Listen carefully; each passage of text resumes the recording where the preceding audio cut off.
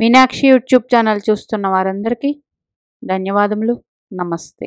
చాలా వీడియోలు చేసి పెడుతూ ఉన్నాను. మరి నచ్చినట్లయితే లైక్ చేయండి, షేర్ చేయండి, సబ్స్క్రైబ్ చేయండి.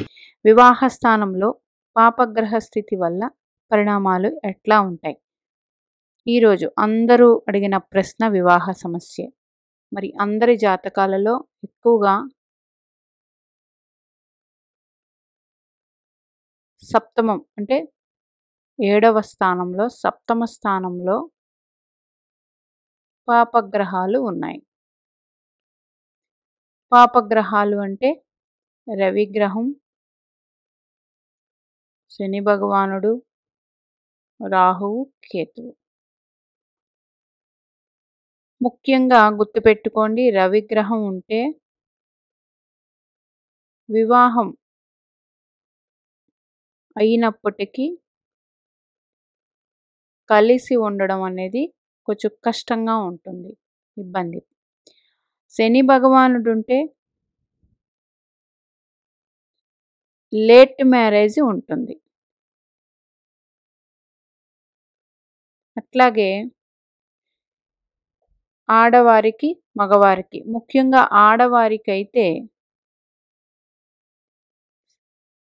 7వ స్థానం సప్తమ స్థానంలో శని భగవానుడు ఉంటే తన 3వ దృష్టితో భాగ్యస్థానాన్ని వీక్షిస్తారు. భాగ్యస్థానంలో పాపగ్రహాలు భాగ్యస్థానాన్ని పాపగ్రహాలు స్థితి పొందితే ఏ శుభగ్రహాలతో కలిసి లేకుండా, ఏ శుభగ్రహ దృష్టి లేకుండా ఉంటే ఇది పితృదోషంగా పరిగణింపబడుతుంది.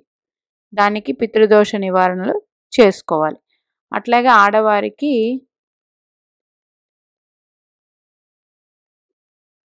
సౌభాగ్యవతి యోగం తక్కువ ఉంటుంది ఇట్లా ఉండడం వల్ల. ఒక్క శని భగవాన్ దృష్టి వల్ల.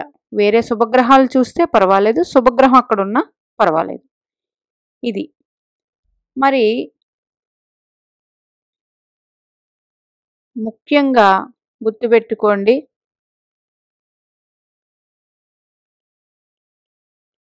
ఏడవ స్థానంలో పాపగ్రహాలు ఉన్నప్పుడు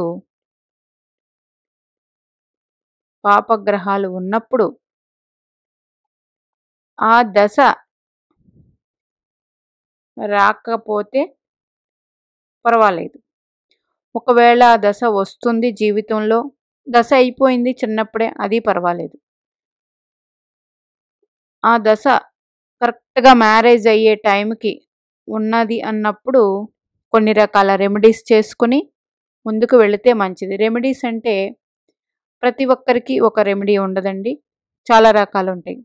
శని భగవానుడే ఉన్నారు, ఏ శుభగ్రహ దృష్టి లేదు అన్నప్పుడు శని భగవానుడికి పరిహారాలు, వివాహం అవ్వడానికి ఒక్కటే లక్ష్మీనారాయణల అర్చన, చాలా వ్రతాలు కూడా ఉంటాయి. అట్లాగే ఉమామహేశ్వర్ల వ్రతాలు చేయించాలి, ఇది మగవారైనా ఆడవారైనా. అట్లాగే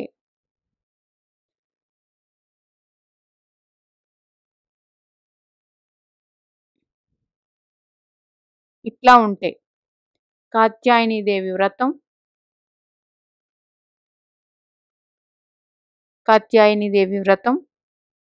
ఇట్లాగా చాలా ఉంటాయి. అట్లాగే రుక్మిణి కళ్యాణం చదివిస్తారు. ఇట్లాగా దోషాలు ఉన్నప్పుడు ఎంత ఎక్కువగా మీరు ఏ ఆలయంకి వెళ్తే అక్కడ మనకి సామూహికంగా ఆ భగవంతుని యొక్క కళ్యాణాలు చేస్తూ ఉంటారు. ఆయా గుడులలో ఆ భగవంతుని కళ్యాణం చేయించాలి అబ్బాయి అమ్మాయి పేరు మీద. కళ్యాణాలు ఎంత ఎక్కువగా భగవంతునికి చేయిస్తే కళ్యాణం అయ్యి బాగుంటారు, కళ్యాణం కూడా తొందరగా అవుతుంది. అందుచేత ఇవాళ ఎక్కువ మంది జాతకాలు వేసి చూస్తే సుమారుగా ఒక 7గురివి అట్లాగా అందరికీ శని భగవానుడితో కనెక్షను, రాహుతో కనెక్షను అట్లా ఉన్న జాతకాలే వచ్చి ఉన్నాయి సప్తమానికి సంబంధించి. అందుచేత సప్తమంలో పాపగ్రహం స్థితి వల్ల పరిణామాలు అంటే ఇట్లాగే ఉంటాయి. వివాహం అనేదే లేటుగా అవుతుంది. ఒకవేళ గ్రహ అంతర్దశలు అన్ని గోచార రీత్యా కలిసి వచ్చి వివాహమైన చాలామందికి వివాహ జీవితం సవ్యంగా ఉండదు. అట్లాగే ముఖ్యంగా శని భగవానుడు సప్తమంలో ఉంటే తృతీయ దృష్టితో భాగ్యస్థానాన్ని చూస్తారు, అది ఒక దోషం. అట్లాగే భాగ్యం అనేది తక్కువైపోతుంది. భాగ్యము అంటే సహజ భాగ్యకారకుడు గురుగ్రహ స్థితి, గురుగ్రహ వీక్షణ ఆ శని భగవానుడి మీద భాగ్యస్థానం మీద ఉన్నప్పుడు మంచిగానే ఉంటుంది. అట్లాగే అదృష్టం అనేది తగ్గుతుంది. ఎందుకు మరి శని భగవానుడు మంచే కదండి, కర్మఫలదాతే కదా అని అంటారు.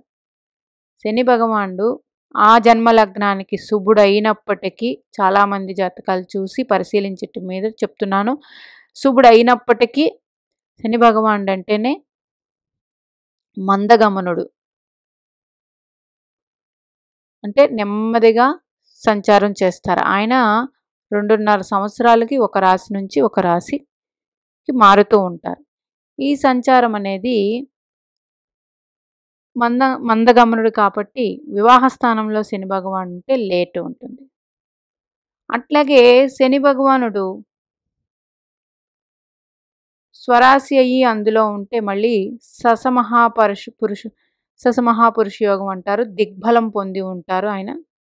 అది మంచిదే. ఇట్లా ఉన్నవాళ్ళు వివాహం అయ్యి అన్ని రకాలుగా కూడా బాగుంటారు. మరి సమాజం కోసం ఎక్కువ సేవలో ఉంటూ ఉంటారు, లేదా పెద్ద పెద్ద బిజినెస్లు అయ్యి చేసి భార్యాభర్త ఇద్దరు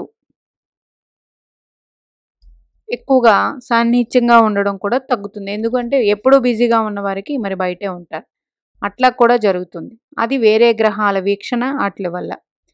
అయితే సప్తమంలో మాత్రం రాహు కానీ కేతు కానీ అట్లాగే శని భగవానుడు రవి కానీ ఉంటే ఇబ్బంది. మరి కుజుడు ఉంటారు కదండి, కుజదోషం అంటారు.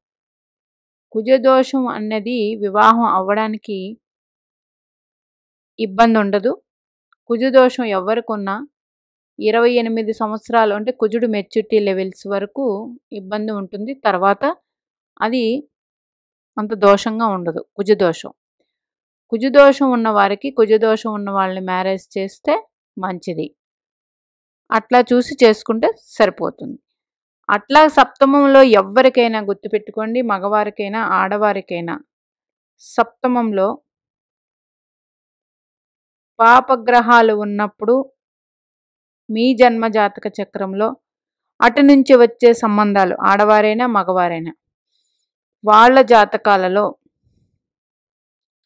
అబ్బాయి అయితే అమ్మాయి జాతకం, అమ్మాయి అయితే అబ్బాయి జాతకంలో సప్తమ స్థానం బలంగా ఉండే జాతకం చూసి మ్యారేజ్ చేసుకోండి, వివాహం చేసుకోండి. దానివల్ల సెట్ అవుతుంది. ఎందుకంటే మన జాతకంలో బాగోలేనప్పుడు మనకి వచ్చిన వారి జాతకంలోనైనా ఆ స్థానం బాగుంటే అన్ని విధాల బాగుంటుంది.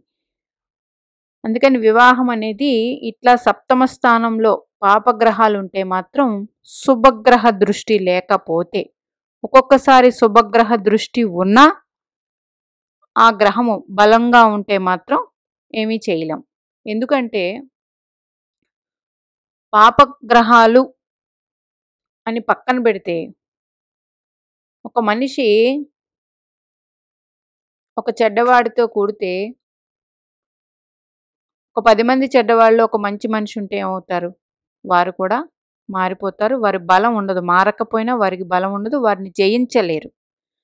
అందువల్ల పాపగ్రహం అనేది ఆ జన్మలగ్నానికి శుభుడు కాక, ఒకవేళ శుభుడయ్యి తను స్థితి పొందిన నక్షత్రాధిపతి కూడా అనుకూలంగా లేక, లేదా ఒకవేళ శుభుడయ్యి వృషభ లగ్నం తీసుకుందాం, ఆధిపత్య శుభుడు మరి శుభుడయ్యి సప్తమంలో ఉన్నారు. అది ఏ రాశి? వృశ్చిక రాశి. వృశ్చిక రాశి కాలపురుష కుండల చక్రానికి 8వ రాశి. అది రహస్య స్థానం. అది జలతత్వం. అప్పుడు సొంతంగా అనురాధ నక్షత్రంలో ఉంటే ఆయన శుభుడుగా మారతాడు. వేరే జన్మ నక్షత్రాల్లో ఉన్నప్పుడు ఆ నక్షత్రాధిపతి శని భగవాన్ నుంచి 8, 12లో ఉన్నప్పుడు ఇబ్బంది ఉంటుంది. ఇట్లాగా ప్రతి జన్మ జాతక చక్రంలో చాలా ఉంటాయి. అది ఒక్కొక్కసారి ప్రెడిక్షన్స్లో కూడా, మేము చెప్పే ప్రెడిక్షన్స్లో కూడా తప్పు అవ్వవచ్చు. అంటే ఆ సమయానికి ఆలోచన స్థితి, అంటే జాతకం చెప్పేటప్పుడు మా ఆలోచన స్థితి అన్నీ కూడా కరెక్ట్గా ఆలోచించి చెప్తే పర్వాలేదు, ఒక్కొక్కసారి తప్పు అవ్వచ్చు. అందుచేత ఎప్పుడు కూడా డైరెక్ట్గా వెళ్ళిపోయిన పాయింట్కి, వివాహ స్థానంలో పాపగ్రహం ఉన్నప్పుడు 100% వివాహానికి యోగ్యము అన్నది తొందరగా లభించదు. లభించినా ఏదో ఒక ఇబ్బందులైతే ఉంటాయి.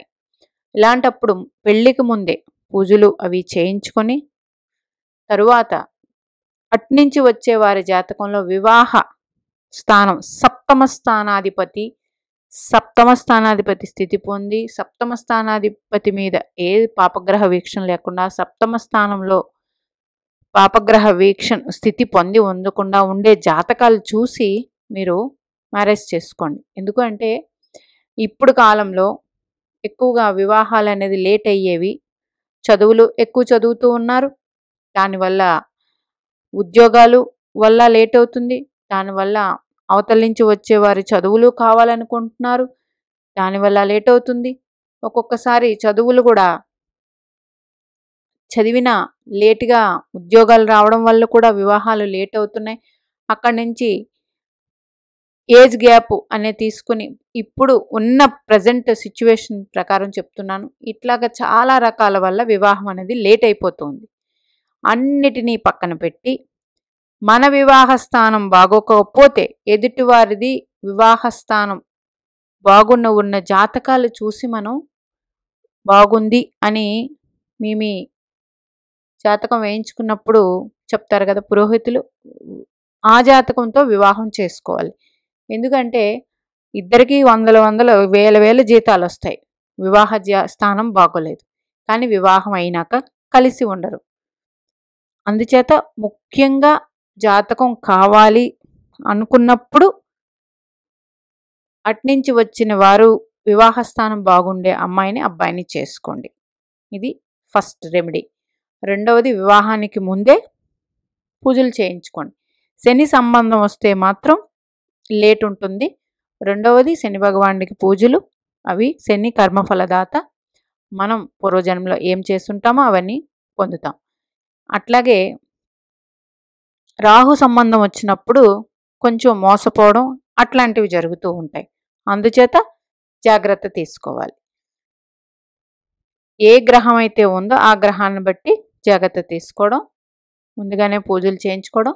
ముఖ్యంగా మరొకసారి చెప్తున్నాను, సప్తమ స్థానం పాపగ్రహాలు ఉంటే అవతలి వారి జాతకంలో గట్టిగా ఉండే జాతకం మాత్రం చూసి చేసుకోవాలి. మిగతా వాటికి అన్నిటికన్నా ఇవి జాతకాలు నమ్మితే, నమ్మలేదు పక్కన పెట్టేసి హ్యాపీగా మనం జాతకం అనేదే చూసుకోకుండా మ్యారేజ్ చేసుకుంటే మంచిగా వెళ్ళిపోతుంది. అందుచేత శని భగవానుడికి కానీ మీకు వివాహ స్థానానికి కనెక్షన్ వస్తే మీరు లేట్ మ్యారేజ్ ఉంటుందండి, భయపడాల్సిన పని లేదు, మ్యారేజ్ అయితే అవుతుంది 100%. అట్లాగే శుభగ్రహం గురు దృష్టి వచ్చినప్పుడు ఆ సప్తమ స్థానాధిపతి మీద కానీ డైరెక్ట్గా సప్తమ స్థానం మీద కానీ వచ్చినప్పుడు వివాహానికి ప్రొసీడ్ అవ్వండి, అప్పుడు కూడా బాగుంటుంది. లేదు ఆ దశే లేదండి మాకు అంటే మీరు నిశ్చింతగా వివాహం చేసుకోవచ్చు. కానీ సప్తమంలో మాత్రం పాపగ్రహం ఉంటే మాత్రం 100% వివాహం అనేది లేట్ అవుతుంది. రెండవది, సప్తమాధిపతి మీద కూడా పాపగ్రహ రాహు దృష్టి కానీ శని దృష్టి కానీ ఉంటే అప్పుడు కూడా వివాహం అనేది 100% లేట్ అవుతుందండి. జాగ్రత్త తీసుకుని మ్యారేజ్ చేసుకోవాలి. అట్లాగే సప్తమాధిపతి, షష్టాధిపతి కలిసి ఉండి అక్కడే ఇంకొక గ్రహం ఏదైనా పాపగ్రహం కలిసి ఉంటే అప్పుడు కూడా వివాహం విషయంలో ఆలోచించి జాగ్రత్తగా నిర్ణయాలు తీసుకోవాలి. కొందరు జాతకంలో 6వ ఇల్లాధిపతి అంటే షష్టాధిపతి, సప్తమాధిపతి వేరే ఏదైనా పాపగ్రహం కూడా కలిసి ఉంటాయి. అట్లా 3 గ్రహాలు కానీ కలిసి ఉన్నప్పుడు ఇంకొంచెం జాగ్రత్త తీసుకోవడం అనేది చాలా అవసరం. మీనాక్షి దేవి ఆశీస్సులు మనందరి మీద ఉండాలని కోరుకుంటూ నమస్తే.